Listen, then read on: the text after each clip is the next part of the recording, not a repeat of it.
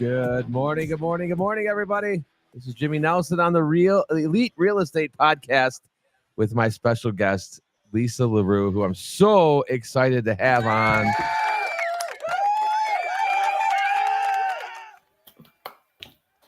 Lisa, thank you for joining me this morning.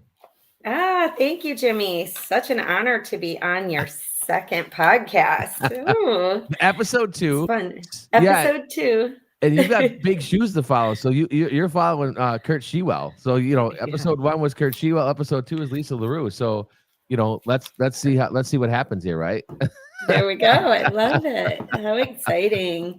And I love, Jimmy, that you have this on the Breakfast Club phone call too. I think that's really important to people. I think that they can easily still just call in and get their morning fix. Yeah. And the Breakfast Club thing has been so cool for somebody was talking to me about it yesterday. Actually, we were talking about this and I said there's a lot of good things that have happened because of the Breakfast Club, right? Like your stuff on Wednesdays is fantastic, right? Like the gratitude and all the things, the mental check-ins and all that stuff is huge. And then for that to be but it makes me stay sharper, right? It makes me stay sharper and try to figure some things out. For me, Jimmy, it's I always think of it this way. I have to keep the pulse of the real estate market in front of me. And definitely having a call like that's national, that we have all of these different agents from all over the place, and they're talking about their market challenges that they're having. It keeps me sharp about what's going on around town and what we can expect to happen coming forward. I've gotten some really great ideas from the Breakfast Club also, things that I maybe never would have thought of from our local market and talking to agents here. Oh, this is what they're doing in, Georgia. That is a cool little trick or a cool little tool that we can use. Yeah, I think that's really cool. I think, just on a call this week, we kind of spent a lot of time with, who was it? Down in North Carolina. With the listing it was on Tuesday. Oh, and Ashley. I remember Ashley. Ashley down in North Carolina. And Raleigh, yeah. I mean, some of those ideas that were coming out about listings and promoting your listings and doing all the things, I was like, wow, I didn't think of some of that stuff. It's funny because I have 2 listings that are kind of just at the end of like their big, we got all the showings and then now it's like one showing. So I was definitely paying attention, like, okay, what can we do next? Yeah. So, it's amazing. You just don't know. Right. Yeah. It's amazing. Yeah. And so many different ideas come out of that. And I love how you can put one question out there and all of these top agents from around the nation have their thinking cap on, ready to think of an idea that someone hasn't mentioned yet. Right. And that's powerful when you have that many people, working together to brainstorming basically to solve a problem. Yeah.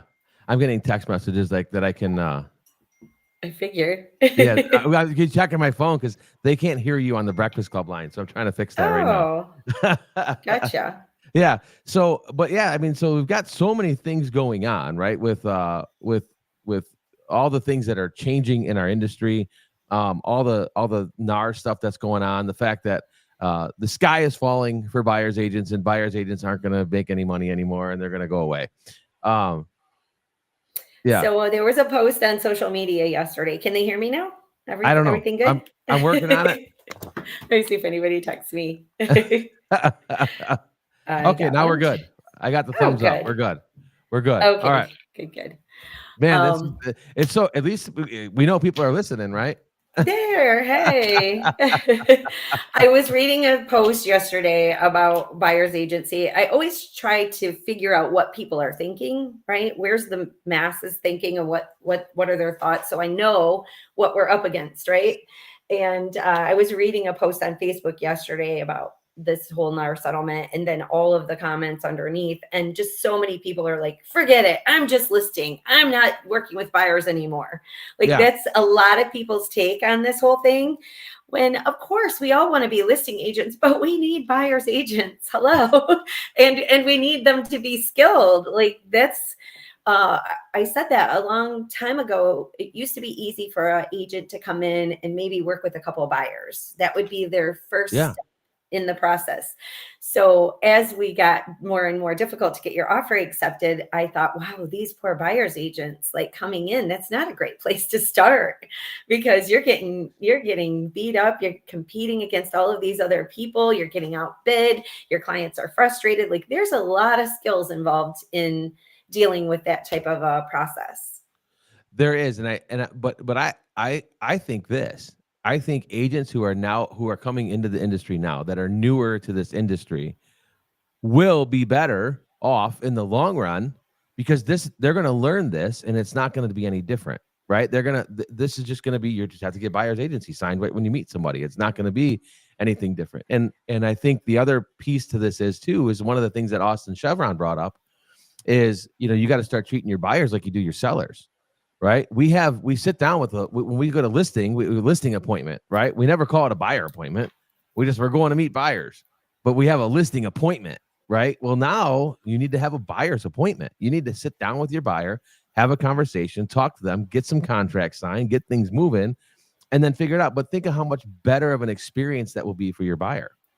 Absolutely. I know a lot of people started implementing those buyers, you know, consults, right? Buyer consults years ago when the market got so tight, and we're asking you to overbid, give a appraisal guarantee, escalation clause, all of these things on the first house that you look at. Those buyers consults became more important because we had to talk to them about what they can expect.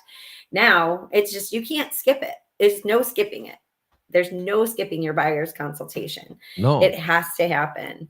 And I've talked to a couple of agents who've tried to skip it recently and get that form signed, and the buyer was like, no, thank you, I'm not going to sign. really. Yeah. Yeah. I've talked to 2 agents who had that happen to them.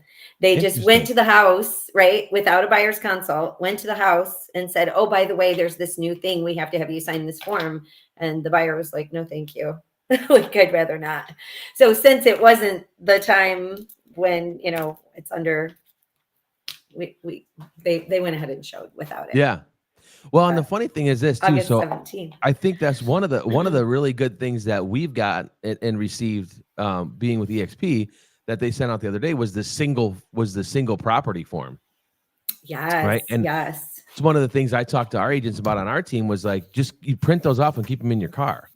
Because if you get a lead, whether you're getting leads from Zillow or whatever, wherever you're getting leads from, and it's that lead source where it's like, hey, I want to buy I want to go look at 123 Main Street. Can you go show me now? And you say yes, and you go. Just get that form signed. Just get this, because it's for that single property. And I still, so one of the things that I kept recommending that people do is like, okay, no problem. When we get there, I'm going to have a couple forms that I'm going to need you to go over. And there's 2 forms specifically that you're going to need to sign before we can even look at the property. Would you like me to send those to you beforehand so you can take a peek at what you're going to sign when we get there? Like, that's a thought that I keep in the front of That's my a mind that great idea. Yeah. Talk about that one just, again. Yeah. Talk yeah. talk talk through that one again, because that's a great one. So Jimmy, I'm so excited to show you this house today at 5:00. And so just so you know, though, there's going to be 2 different forms that I'm going to need you to sign before we can take a look at the house. And I'm happy to send those over to you right now in your email so that you can take a peek at them so you know what you're going to be signing when we get there. And you will need to sign those forms before we can even go into the house. I love that. Something on that effect, so that you're pre-warning them, because 2 people said that they don't sign anything without their attorney looking at it, which I kind of, Yeah. have a feeling that they might just be saying that. But if it's whatever, okay, here they are. Now, if you're not going to sign those, now's the time to tell me, right? If you're going to need time to send it to your attorney, and now's the time to tell me, because we can just schedule you in 2 days from now. Yeah, right. Let your attorney look this over, and then I'll see you in a couple days. Yeah.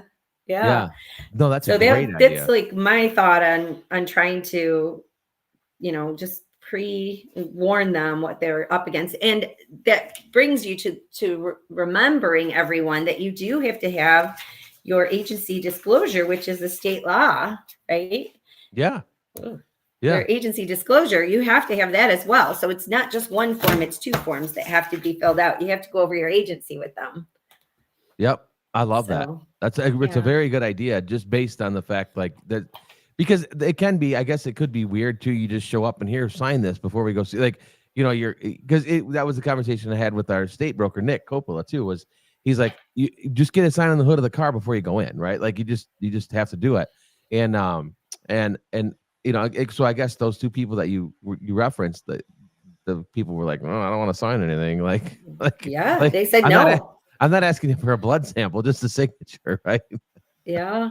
So I think it is scary though if you just meet someone on Zillow, Yeah. right? We're already having a hard time asking them if they're pre-approved or asking them asking them to sign a contract with you. It's kind of a big deal. So kind of getting those, and I've done that always. Like my pre-qualifying starts the minute I start talking to you. I'm getting a vibe of what's going on and why is that and why would you do that and oh that's interesting, where are you going with that, right? And Yeah. I think it gets scary for new agents to put themselves out there and be that nosy person. I feel like it's uncomfortable for a lot of personality styles, and for me it just took, I'm not serving them at my best if I'm not asking all of the questions. So be a little nosy, be a little pushy. Well, kind of what we talk about on the Breakfast Club line every morning is just asking more questions, right?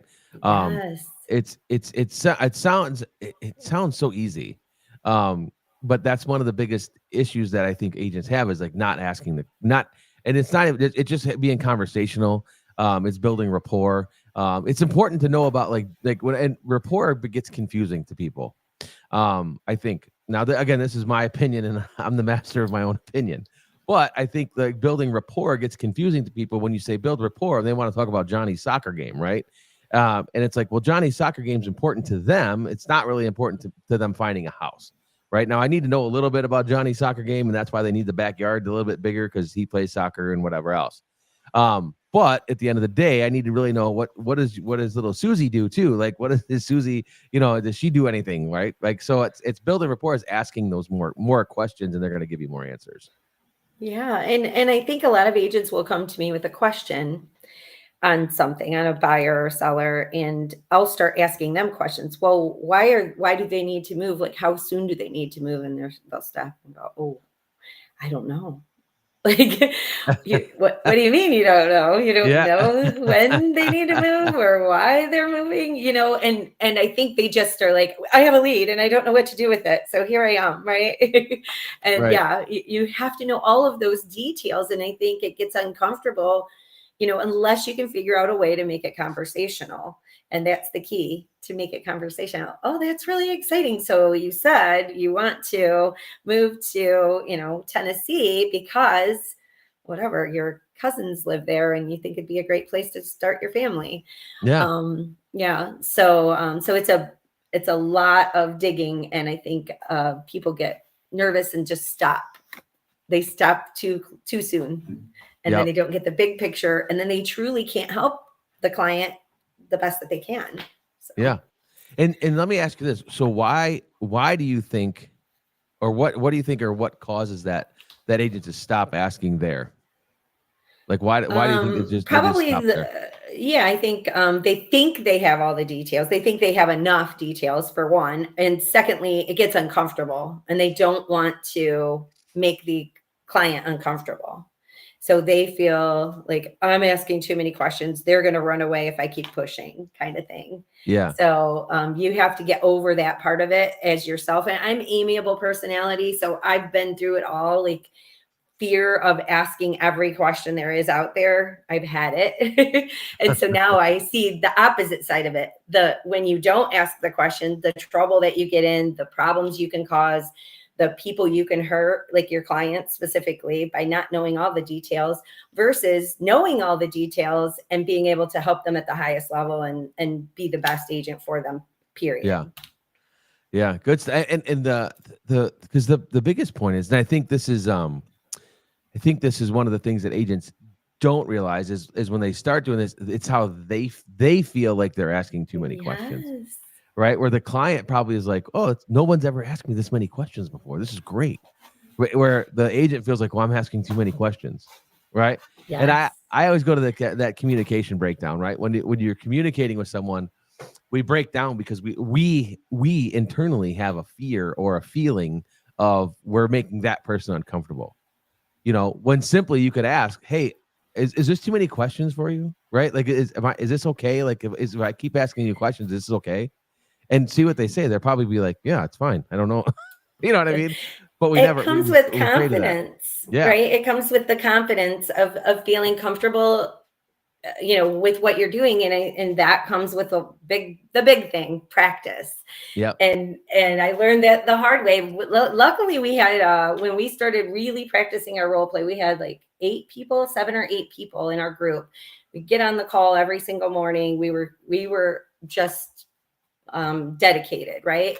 We would get on that call every single morning. We throw objections. We do our role play, and it just makes you better. And you hate it because you're embarrassed. Yep. You're getting your friends are laughing at you because you don't know what to say, or you don't say it fast enough, or they know what you're supposed to say and you stutter and stumble up.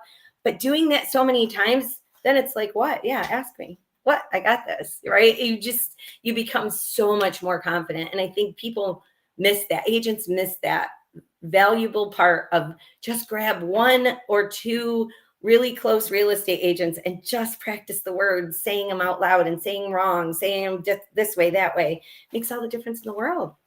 Yeah. It really does. And I think this is the other thing too. I think a lot on this show today. I don't know what's going on with me.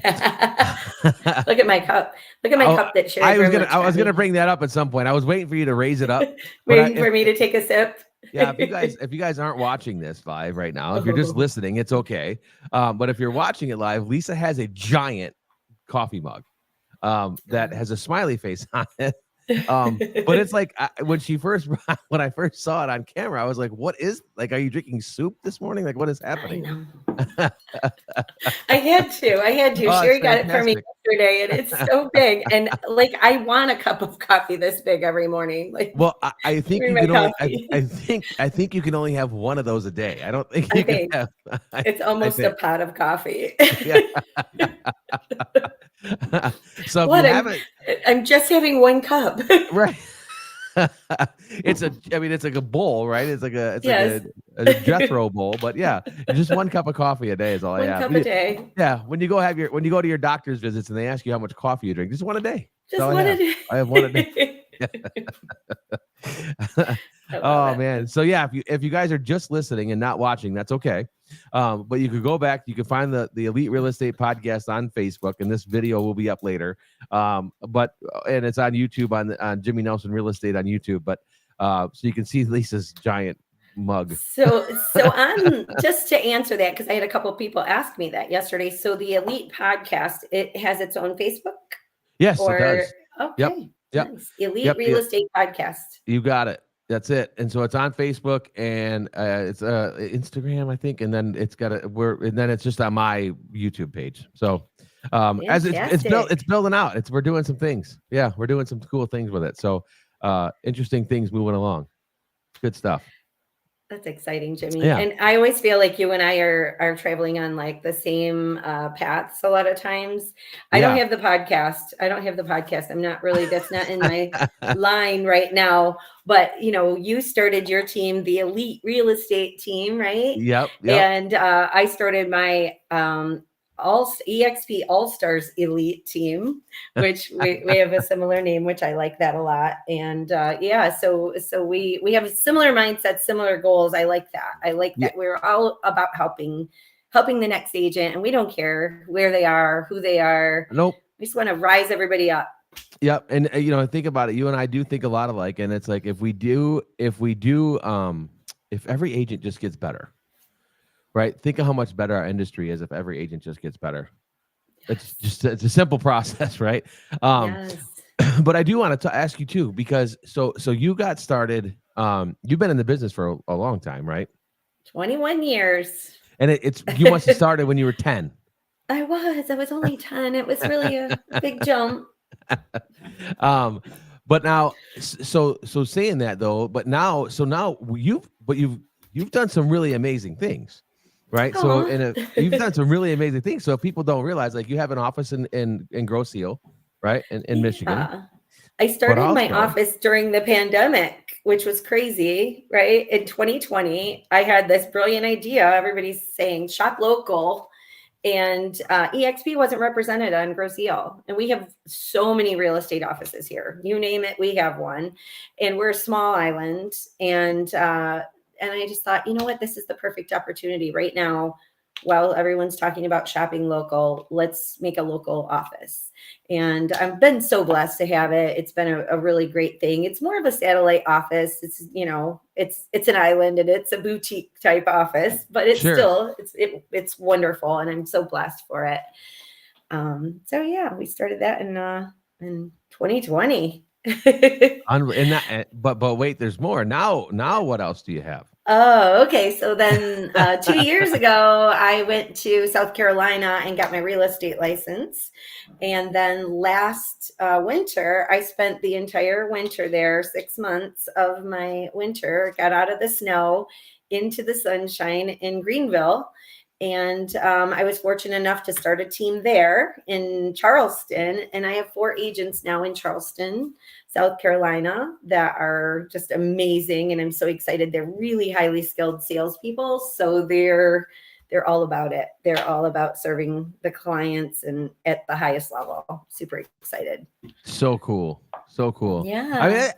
like those are big things. Like, and now picture now that like was it how where did the South Carolina thing come from? Like, was that like a 5 year plan, or was that a shorter plan than Well, that? I kind of always knew that I did not want to be in the winter, and I did not want to be in Michigan in the winter for the rest of my life. I knew that. And as my bones get older, I really know it.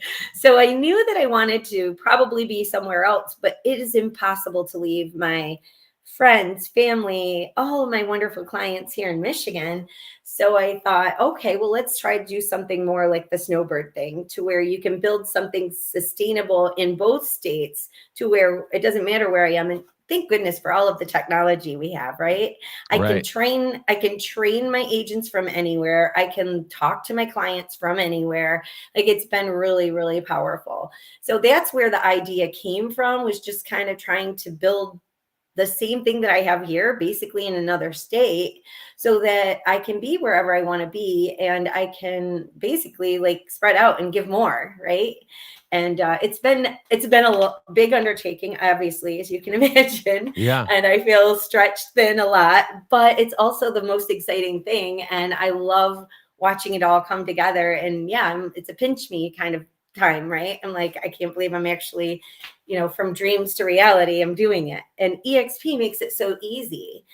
I said that yesterday about even having the office had all of these, NAR rulings and things started coming. And I was a broker of my own office on my own without all of the help and support that I have. I wouldn't be able to do it. I wouldn't be able to do it. So I'm so thankful with all of the support that EXP gives me in owning my office and having my own office, and also being able to nationally go get my license wherever I want and plant some roots and start a team there. Like, how great is that? It's Yeah. so easy. It's all under the same cap. I get paid exactly the same, like nothing changed from South Carolina to Michigan, except, well, the rules. Yeah, well, yeah, it's the rules, right? big Uh, big rule changes, but but so tell me this. So before you landed on South Carolina, right? And then you landed on South Carolina, and that's where you're planting those roots down there. But Lisa, I'm not from here. I don't know how to start. I don't know what to do if I'm not from here. I'm like, I don't have a sphere of influence here. Like, none of my friends and family live here. What do I do? oh my gosh, it was so funny, Jimmy, because I would hear that all the time, right? I have a lot of mentees. I had so many mentees at one point. I had like 20, I think, at one point. Um, and they would say that. They would say, I don't have a sphere. There's nothing I can do. I don't have a sphere. So I literally made this huge list of ways to get business when you know no one. And I literally knew no one in Greenville area. And then I started hitting networking networking groups. I door knocked. I ran open houses for other agents. I mean, everything that you can think of, I did it. Sit outside of new construction neighborhoods when they're closed to try to pick up buyers in that neighborhood. Meeting, like we talk about, meeting all of the new construction subdivisions, go there and meet the agents and get to know them, have them walk you through a floor plan, like build rapport, those kinds of things. It's been just powerful. I was only there 6 months. It honestly flew by. I have so much more work to do when I'm there. When I go back, I have so much more work to do, but it was great. It was such a great experience. It was such a great experience. And I got business and my team got business and it was just pretty great. It was great. So it's possible. Oh, it's so possible. It's so possible. It takes dedication. It takes getting out of your comfort zone, thinking outside the box. But yeah, it's so doable. The networking groups were huge. They were huge for me to make friends and to have like a network, a group, right? Yeah. So what kind of groups did you, when you went to South Carolina, like what kind of groups did you look into to help grow that business? Well, it was so great because I started off with just meeting my EXP people, right? Sure. And in our Michigan area, we are so accepting and loving and just come here. We will take care of you. I have several adopted agents that don't belong to anybody in our area, but I said, come, you could be with my group, right? And so I was looking for that in South Carolina. In some places I got it, in other places it wasn't as warm and welcoming, but I just clung to the areas that were hugging me. I'm like, how can I add value to them? So that's what I would do first. Once they accepted me in a group, I would just add value. One of the things that I learned how to do really well is to make quick little cute video clips of people. So if I was at an event, I would get invited to these like social events or networking events. I would make a video of it and share it and tag everybody in it. That got me popular really quick. They're like, oh, look at this video that Lisa made. And I would do it as a gift too. So one of the speakers, I would make a whole video about him and put all of the event things in there and just send it to him on Facebook and say, hey, I made this video for you. And it just got me, they were like, oh my gosh, what a great gift. Thank you so much. And then they were for sure going to invite me to the next event or the next thing. And they'd be like, oh, we should invite Lisa. She's, and just start showing your value up front. And that's what we always talk about with our clients, right?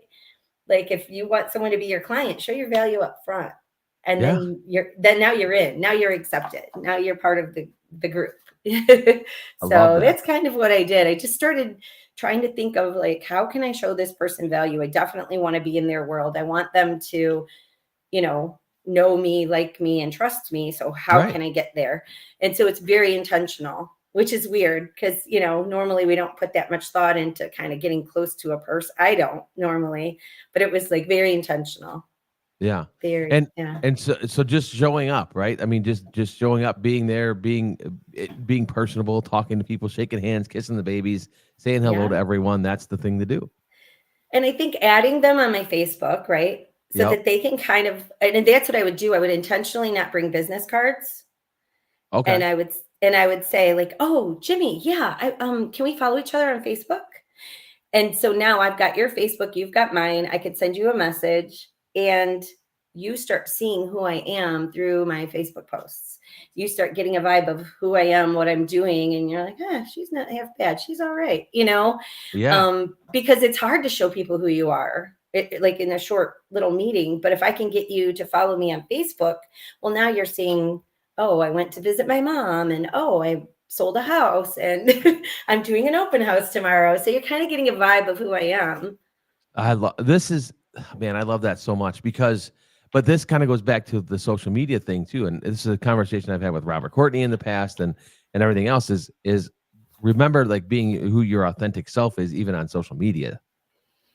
Because people are going to go find you, right? They're going to like, I go, like if I have clients, I go find the client on Facebook. That's really what we do.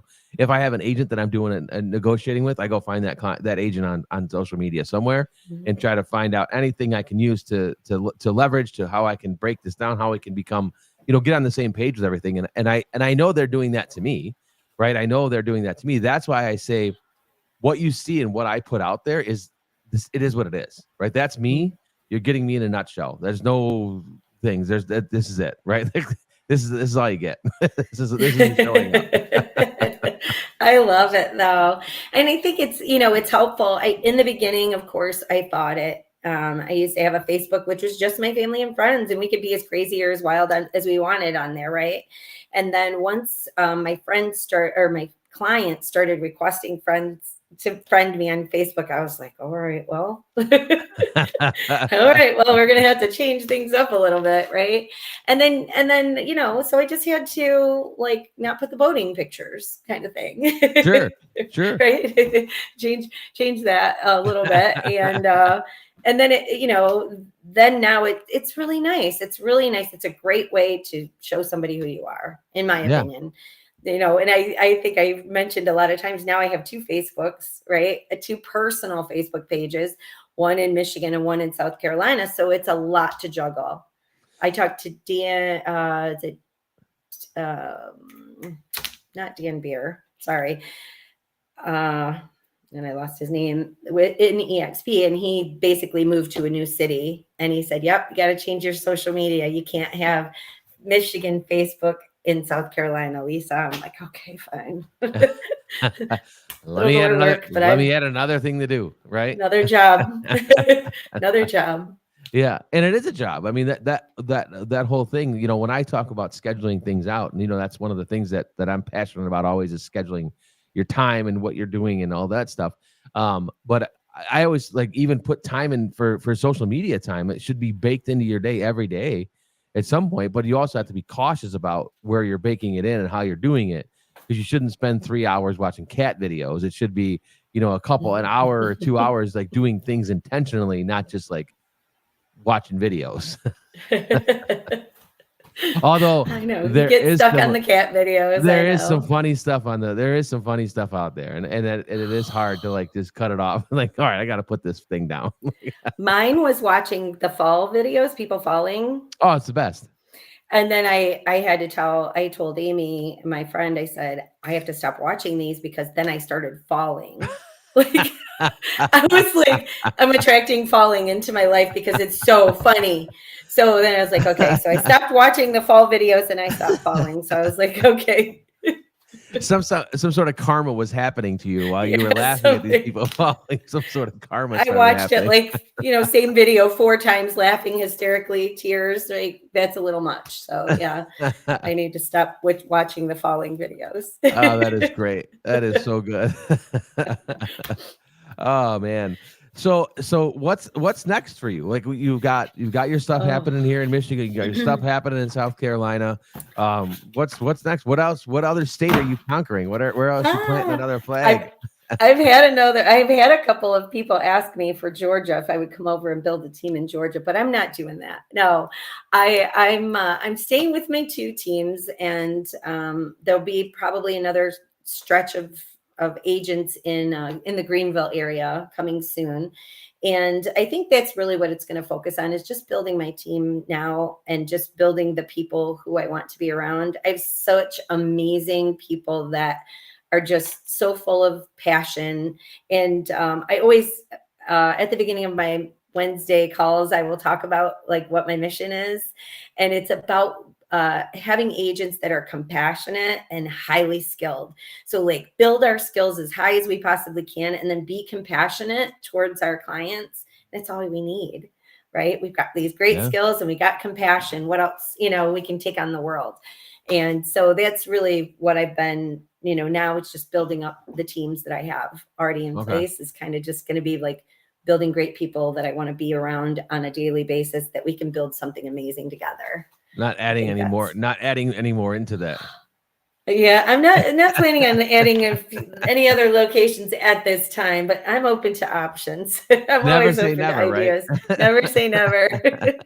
I do want to have homes around the world, so you never know, right? Well, there you go. And to your point earlier, like with technology now, there's so much we can do.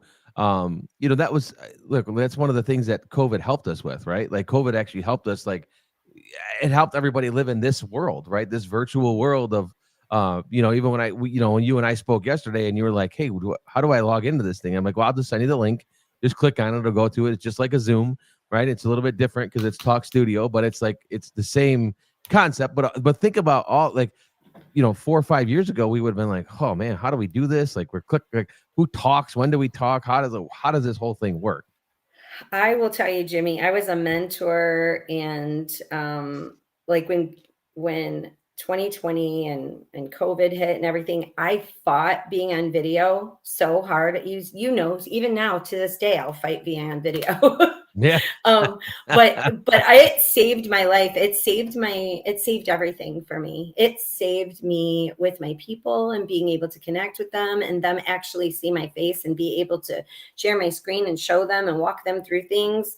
Like, as much as I fought it, I'm so thankful for it now. Wow. Yeah. Huge change in my world. I fought it so hard. I did not want to do it. Well, I the didn't. only the only thing constant in the world is change, right? And Uh-huh. if you're not willing to adapt and change, this world will pass you by very, very quickly. Which, going full circle with what we've been talking about this morning, this not these buyer contracts and all the things that we're doing, it's a change, and it's a shift in our business, in our industry, a big one, right? I mean, it's a big change, and I am just glad to be surrounded by the people that I'm surrounded with, to stay in front of it, right? And to be able to pass it on to other agents, like, "Hey, this is how, we do this." And so where do you think this goes by August 17th? Like, what are your thoughts on all this? I see you got your stack of papers out there. Oh gosh, yes. I've been going through them, trying to figure them out and trying to make sure I know what I'm talking about. There's so many, and there's just EXP put out what, 5 new forms, I think. 5 or 6 new Yeah. forms. And so reading through those, getting comfortable with the language that's on them. But one of the agents brought up yesterday, which I thought was a really good point, is when that HIPAA came out, and we all had to sign this new form about HIPAA, and when we went to the doctor's office, and it was a big deal. And we would read through the forms and, like, I don't know, do I really want to sign this? What am I signing? Kind of, you were confused. But as that evolved, Miriam actually talked about this yesterday. And as that evolved, it's no big deal. Now we're just like, oh yeah, HIPAA. Like, we know what it Yeah. is. So basically bringing up that eventually it'll just be that way for buyers, but it's getting the buyers there. It's getting people to that point where it's easy. It's, explaining it properly, pre-pacing them that this is what's going to happen. And yes, you do need to sign it. Yes, there's no looking at houses without it. Also, I'm curious how it's going to go with open houses. I think for those buyers who don't want to sign anything ever with anyone, Unknown callers. I feel like they're going to want to go to more open houses, Yeah. because open houses, you don't have to sign anything at this point, right? You Right. can just see the house without signing a contract. So I think they're going to become even bigger than they are right now. What are your thoughts on that, open houses? Yeah, the open house thing, to me, is going to be probably the biggest adjustment for everybody, because and then I go back and forth on this, because most of the time you don't sell a house at an open house, right? It's Mhm. usually, a lot of times somebody's either it's, I mean, heck, it's hard enough to getting people just to sign in on a sign-in sheet at an open house for the most part, let alone signing a contract when they walk in. But I think the open house thing will probably be the biggest challenge for everything. And I think you're right. Bringing up the HIPAA thing is probably the best description I've heard of it, right? And I mean, I look at the interest rates. Everybody panicked when interest rates went up, and they doubled in such a short time. Now nobody even brings up the interest rate anymore, right? The buyers don't. Now sellers may, because they're maybe sitting on a 3% interest rate or whatever. But buyers, I haven't heard a buyer bring up, like, "Oh my God, this interest rate." Like, I haven't heard that, because they're just used to it now, right? And it's a short amount of time. And I know, Al has talked about this before. Again, going back to COVID, like we said, we had to wear masks, so everybody just started wearing them, right? You just get used to doing things that we get used to do.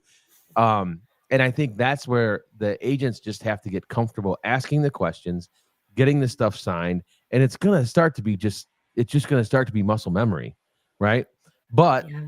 again, to your point, and I hope you guys are all listening to what Lisa was saying about practicing your conversations and practicing your scripts and practicing what you should be saying. And again, that doesn't always mean prospecting. It doesn't mean FISBOs and expireds and learning your scripts on that. That means Mhm. actually, what's your buyer consultation sound like? What does that look like when you sit across the table from somebody and you're explaining this? Find another agent that you can either do Zooms with, right? Or that you could actually sit across the table from and do a buyer's consult, have them be the buyer, then switch roles, right? Like do those type of things and give the objections, give the things, and you're gonna start to, again, muscle memory.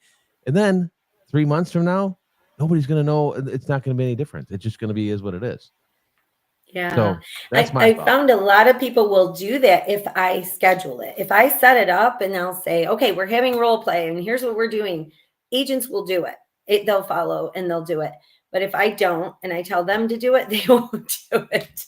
It's something about that vulnerability of just saying, okay, I'm gonna pretend you're a buyer and do that. And to get people to do it is very difficult, but it's one of the best things that you can absolutely do for yourself.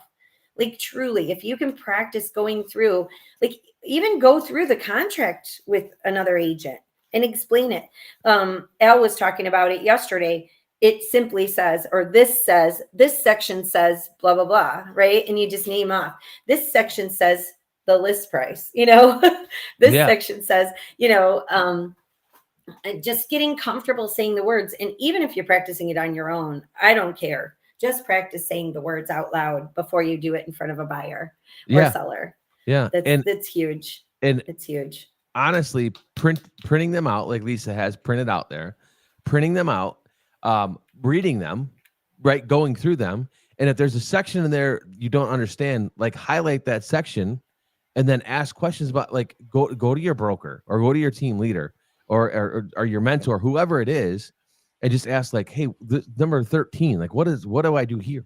What does this mean? Why, if I don't understand it, it's okay. It's okay if you don't understand it. And look, Huh? you may come to a team leader like me or Lisa, and we go, I don't know either. Let's get somebody on the phone, because I was trying to figure out the same darn thing, right? I was trying to figure it out too. So, but print it out, read it, and then highlight the things that you don't understand, or maybe you don't have full clarity around, and then ask the question, because it's gonna again, there's gonna be this what we brought up about the Breakfast Club. Somebody out there is gonna ask the same question you are, right? Somebody else doesn't know the same thing you don't know. So if you ask the question and everybody hears it, it's like, oh, okay, now I get it. Now I understand it, right? One of the things that my broker, when I was just a new agent, he made me do exactly that, right? Go through the contract and have a short blurb about each section of the contract that you can Yeah, explain to somebody. This is what this means.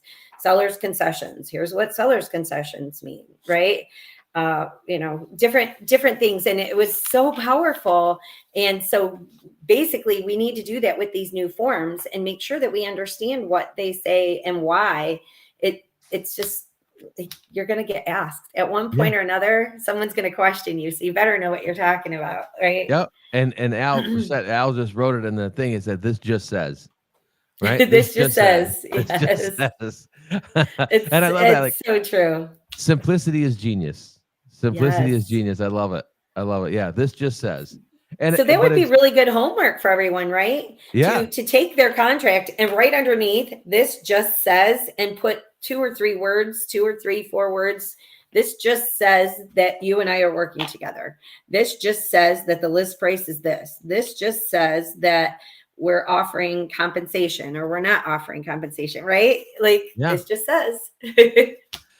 And I think, in our industry, I think some of the people that explain things the best are our closing people, right? Like when you go to a closing, and that person comes in and sits down with all that paperwork, and they just start going through it, and they're explaining it to the client, but they're just hitting it, and it's like, wow, but there is no fluff. And it just said, and again, it goes back to, this just says this, sign here. This just says this, sign here, right? And people just go along and just sign all the stuff at closing. And then they need carpal tunnel surgery afterwards. But it's like, but I think but again, it goes back to just cut out all the fluff, right? Go straight straight at it, attack it, and just tell them what it says. It doesn't.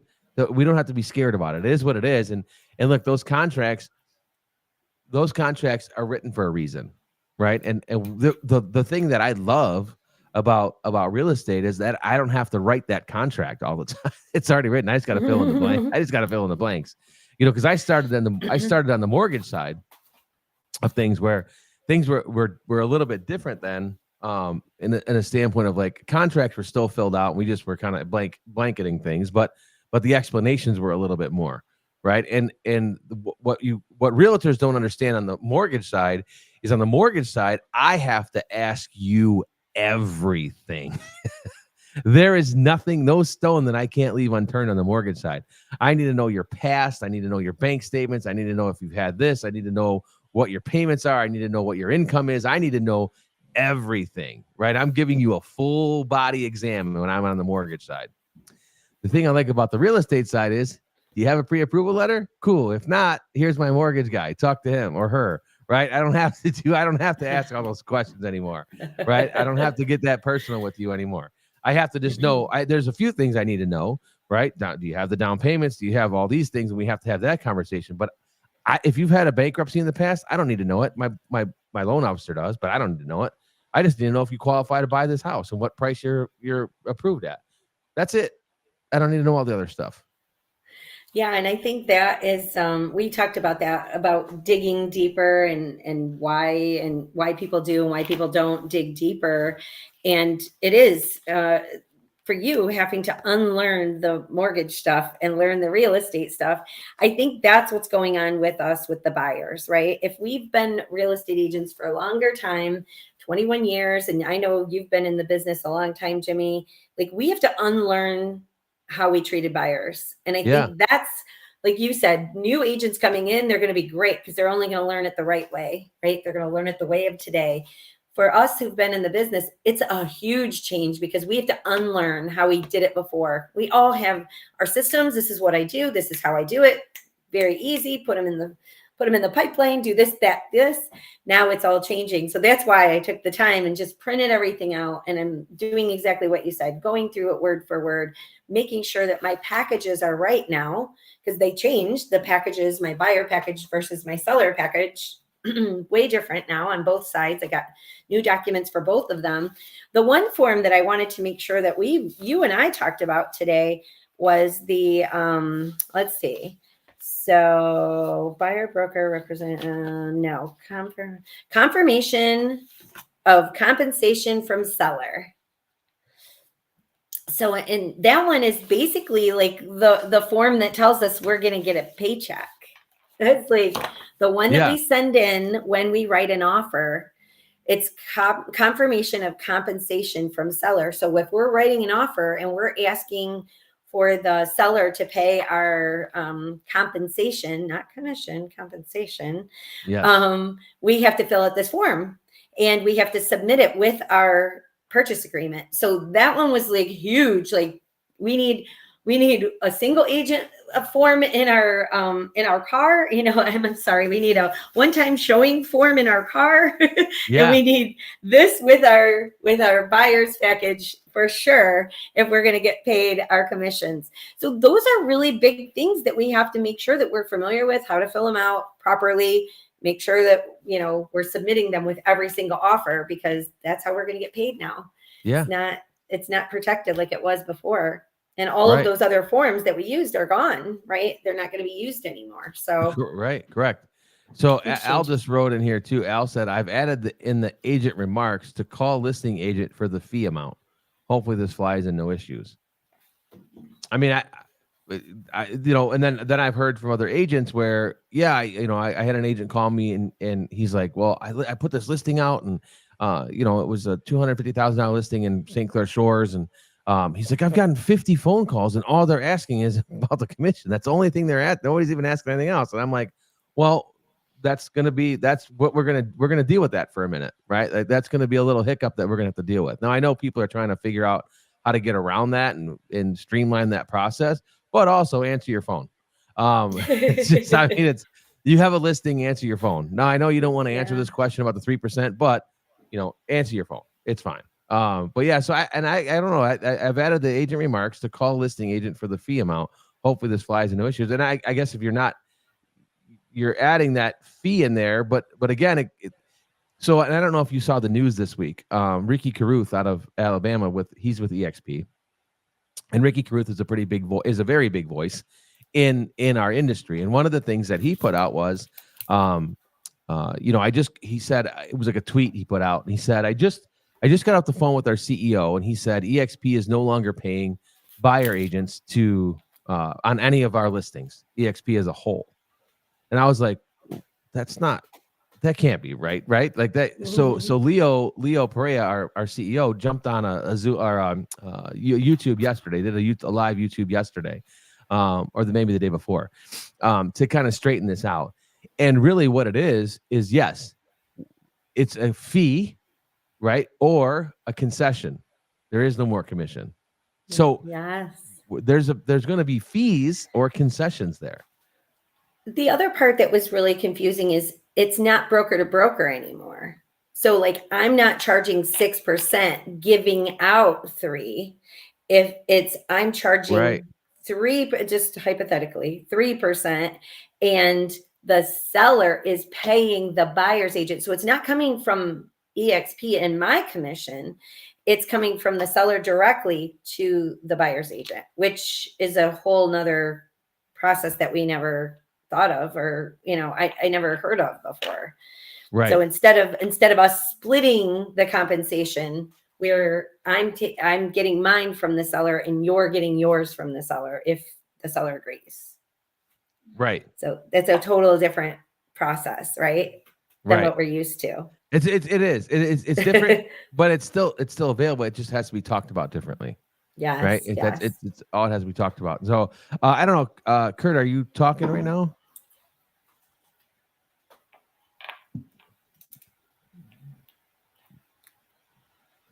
Let's see if we can get him.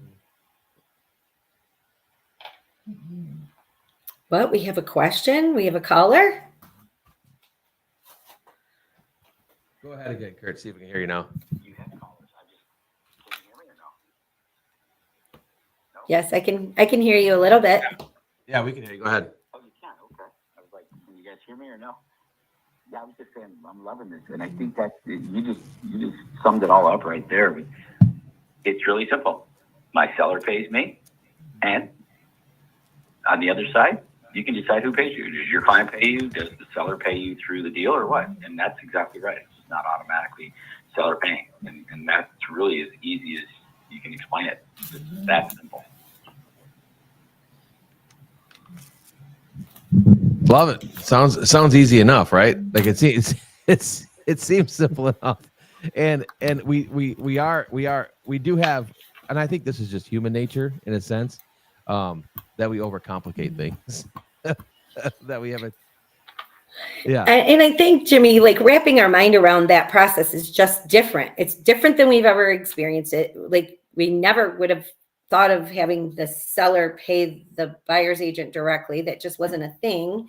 Why would they? We just split it, right? We just split whatever commission the listing agent gets, and that goes from there. So it's just a different way of looking at it. And one of the things that I picked up in understanding the whole process when Nick Coppola, one of our brokers, was going through these contracts, he basically was talking about, oh gosh, I just lost my train of thought, about how the,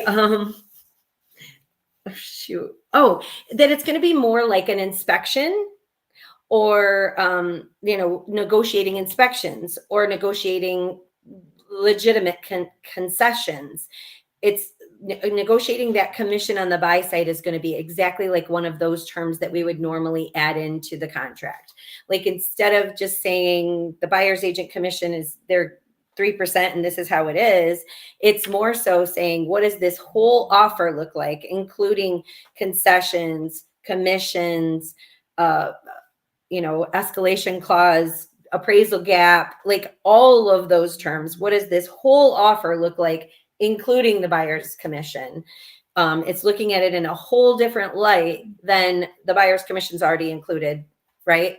It's looking at the offer as a whole. And I think that kind of shifted my thinking a little bit, which got me like, oh, okay, now I'm kind of getting the whole idea of what the purpose is and why we're doing this and what the goal is.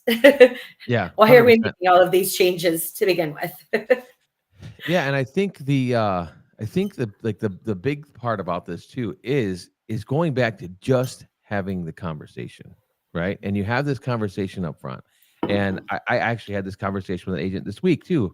They knew that there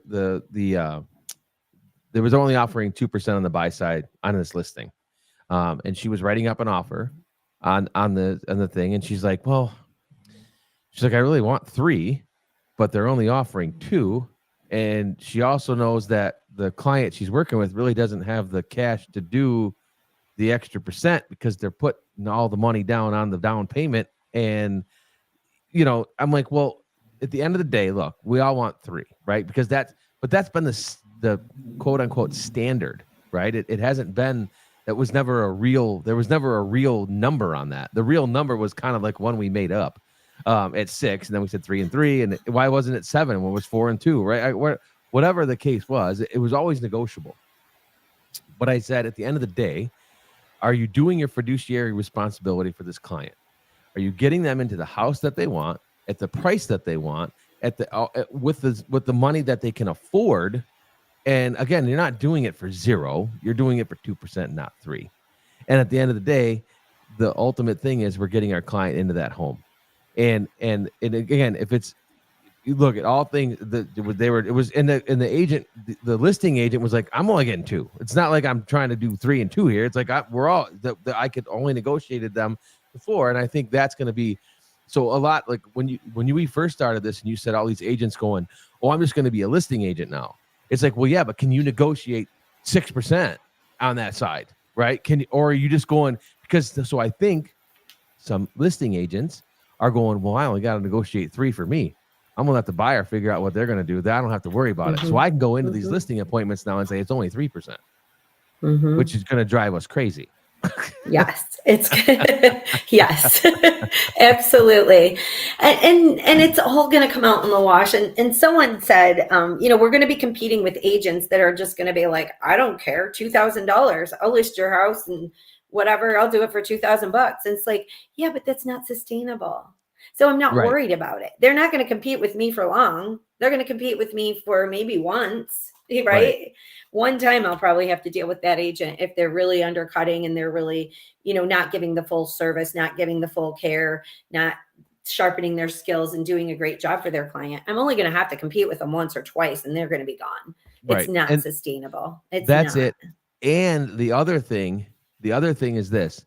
The other thing is, this is where you have to show your value, right? Because if your value's there, people don't care about what they're paying. Because if they see the value, Kurt's talked about it a million times with the Coach purse, right? Like there's no difference between the Coach purse or the one at Walmart, except the price tag, right? Now, but there's the perceived value in a Coach purse, right? It's even like a watch, right? Like if I buy, there's perceived value in a watch, one watch over the other watch. Why? Who knows, right? It's the brand name that's on it, and there's this perceived value of it. So what's your perceived? What do the clients see your perceived value as? And is it worth for them to pay you whatever it's going to cost to buy or sell a home? And they'll pay you whatever that's going to be. And if your value is there, no one will care what your price is. I love it. So we all need to work on our elevator pitch, right? That's the big 100%. thing. What's our elevator pitch? Why should I hire you as a buying agent or a listing agent? Why? And that's what we really need to figure out what that is. What is your elevator pitch? How do you explain to clients your value?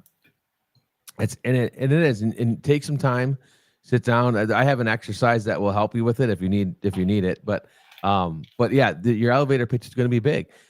And it was funny. I was hosting a panel a couple months ago, and we asked some of these leaders that were on this panel, what their elevator pitch was. And I was kind of disturbed when all of them went,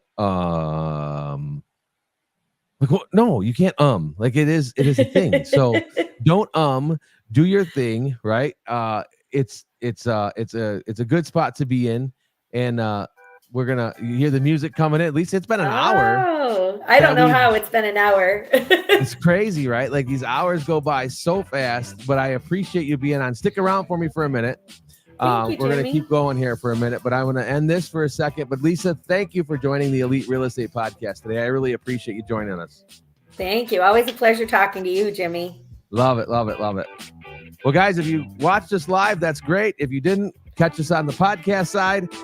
Those of you on the Breakfast Club, stick around for a minute. Lisa and I are going to keep going here for a second, and then we'll keep going here for a minute. But we're going to end this right now. Appreciate it, guys. We'll talk to you next week.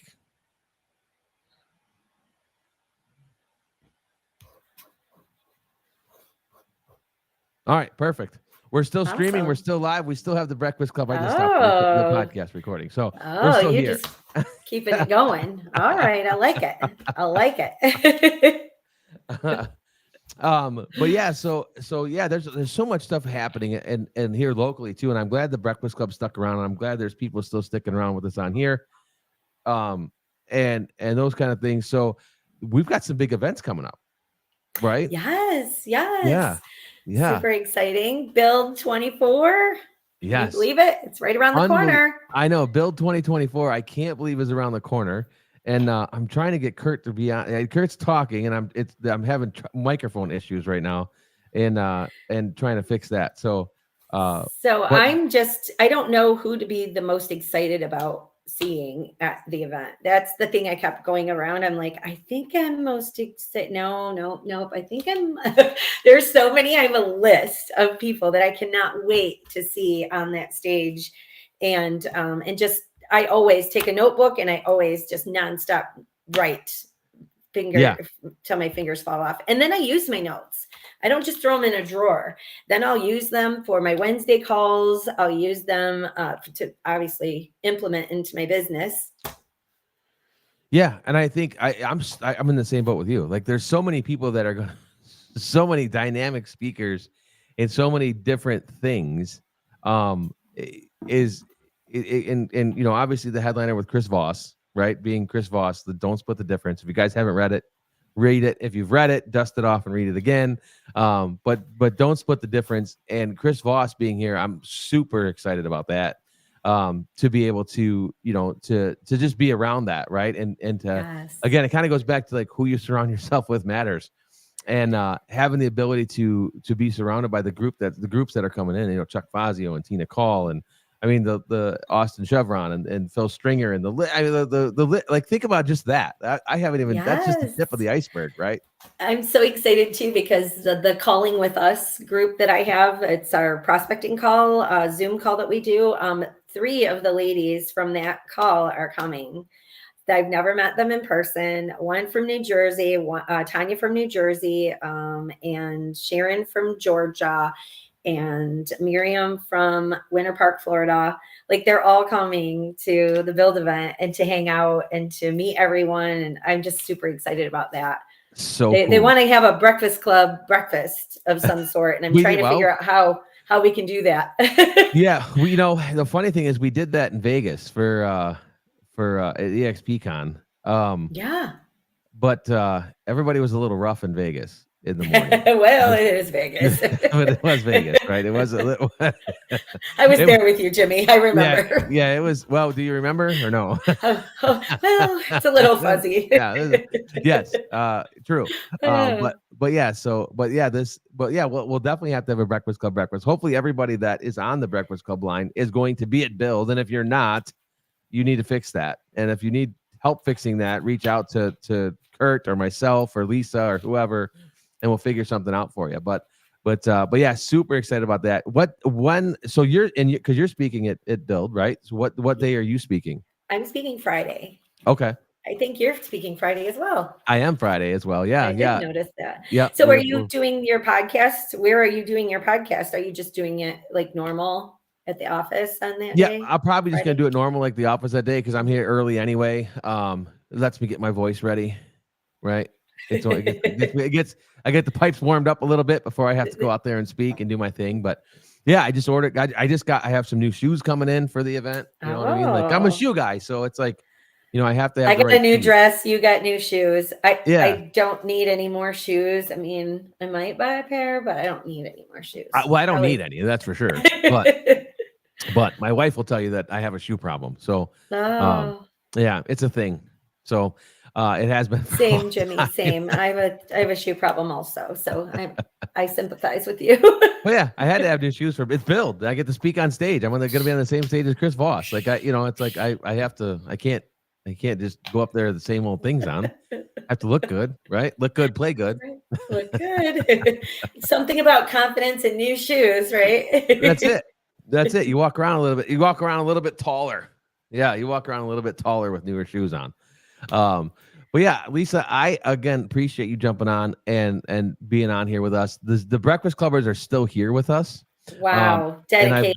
I love you guys so much. I know I love the Breakfast Club guys, and I've got to fix what's going on with what's going on with my microphones over here. So, but again, I appreciate you being on. A lot of stuff is happening in our industry, and I appreciate you and thank you for being a spearhead for this stuff and helping everybody along with it.